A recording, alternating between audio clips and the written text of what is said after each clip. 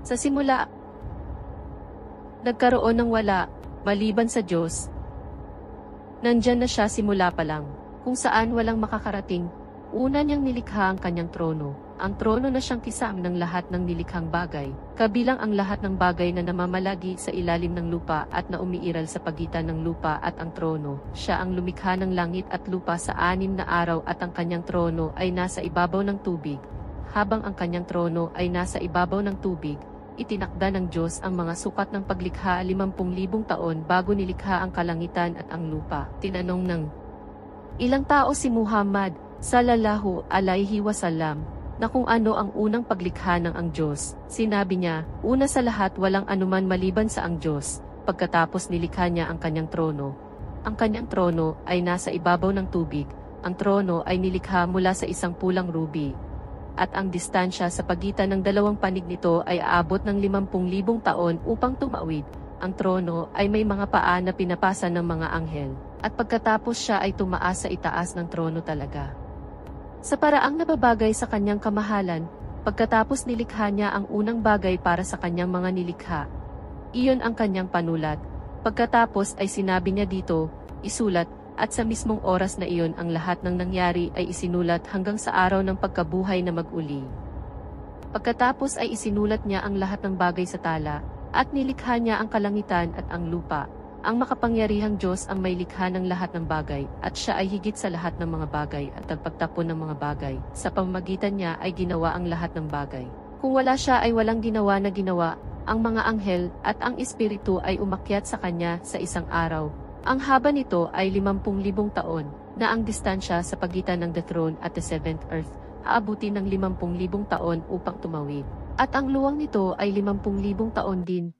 Yaong mga anghel na nagdadala ng trono ng Diyos, at niluluwalhati ng mga nakapaligid dito ang mga papuri sa kanilang nag-iisang Diyos, at maniwala sa Kanya, at humingi ng kapatawaran para sa mga naniniwala. Walang sinuman ang may karapatang sambahin maliban sa Diyos, ang pinakadakila ang pinakamapagpahinuhod. Walang sinuman ang may karapatang sambahin maliban sa Diyos, ang Panginoon ng Noble Throne. Walang sinuman ang may karapatang sambahin maliban sa Diyos, ang Panginoon ng langit at lupa. Ang Panginoon ng Noble Throne, ang Diyos na hindi ipinanganak ni maaaring mamatay, walang makapagsilang sa Kanya, ni kahit sino ay maaaring makapinsala sa Kanya.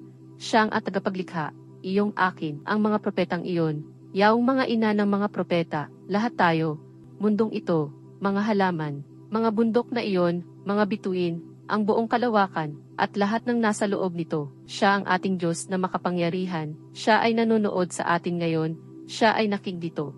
Alam kung anong nasa iyong puso. Ano ang nangyayari? Anong iniisip mo? Alam niya ang lahat mula sa simula, at ano pagkatapos ng iyong kamatayan. Sinabi ni Muhammad sallallahu alaihi wasallam, isa sa mga anghel ng makapangyarihang Diyos, na nagdadala ng trono ng Diyos, na ang distansya sa pagitan ng kanyang tainga at kanyang balikat ay paglalakbay na 700 taon. Ang layo ay tulad ng ibong lumilipad sa loob ng 700 taon. At ang kanyang kursi ay umaabot sa itaas ng kalangitan at kalupaan. At siya ay hindi nakakaramdam ng pagkapagod sa pagbabantay at pag-iingat sa kanila. At siya ang kataas-taasan, ang kataas-taasang dakila. Ang kursi ay nasa itaas natin ang lahat ng mga nilikha at ang trono ay nasa itaas ng kursi. Ang kursi ay ang footstool ng Lord at ang trono ay ang upuan na dinadala ng mga anghel. At ang trono ay ang pinakamalaking nilikha ng Diyos.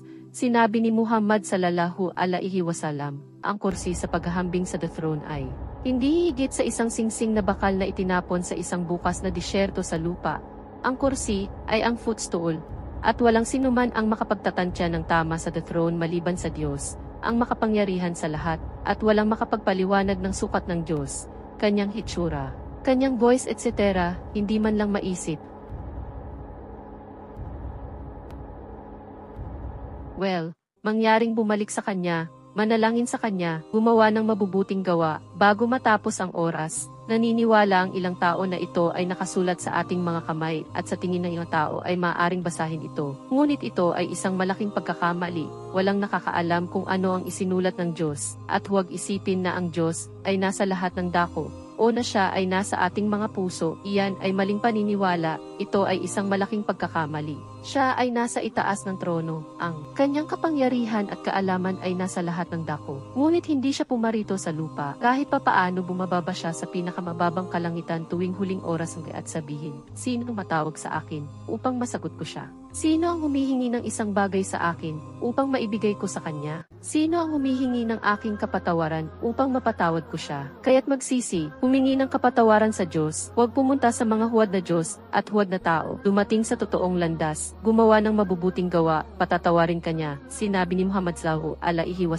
Nilikha ng Diyos ang awa sa 100 bahagi, at siya ay pinanatili kasama niya ang 99 na bahagi, at siya ay nagpababa sa lupa ng 1 bahagi lamang ng awa. At dahil dito 1 bahagi lamang, may pagmamahalan sa isa't isa sa lahat ng mga nilikha sa mundo. Kaya naman itinataas ng hayop ang kuko nito mula sa anak nito, natatakot na baka ito ay makapinsala. Rahman ya Rahman, sa'idni ya Rahman, ishrah sadri Qur'an, imla qalbi Qur'an, wasqi hayati Qur'an.